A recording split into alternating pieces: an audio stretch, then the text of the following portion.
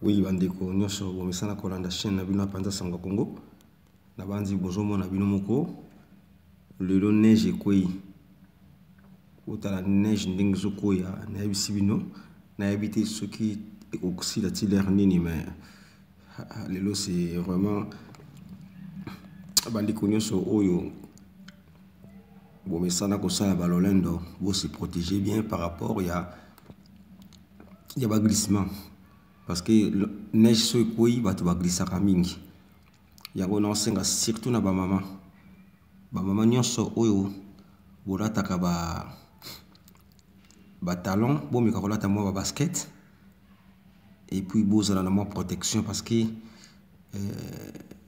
koseka moto akwei na vélo eza nango mpona moto nyonso mais kolinga mpe te okwea na vélo okwea na neige mpo baseka yo. To se protéger moto moko alingaka mabe eyela ye te mais soki mabe ye eye kaka. Yango na osenga na bandeko nyonso oyo bokolanda nga na moma oyo to se protéger malamu mpona neige. Neige eza eloko ya malamu mpona mboka mpona beauté ya mboka mais eza eloko ya mabe mpo ekweisaka bato mingi bazwi ba accident na neige. Yango na osenga na bino bo se protéger bien parce que après neige oyo ezalaka na esalaka ba verglas. Ba verglas wana ezalaka na moselulu makasi. Yango epesaka mingi ba accident. Na ko préférer ndeko otamboli likolo ya neige soki nanu esefondre te. Soki esefondre ekomaka glace.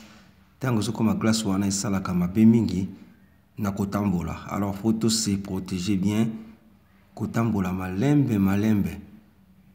Toza na moment ya okima mbangu te. Totambola nde malembe po ozala protéger. Ata o glisser okoyeba ndenge nini oko se défendre.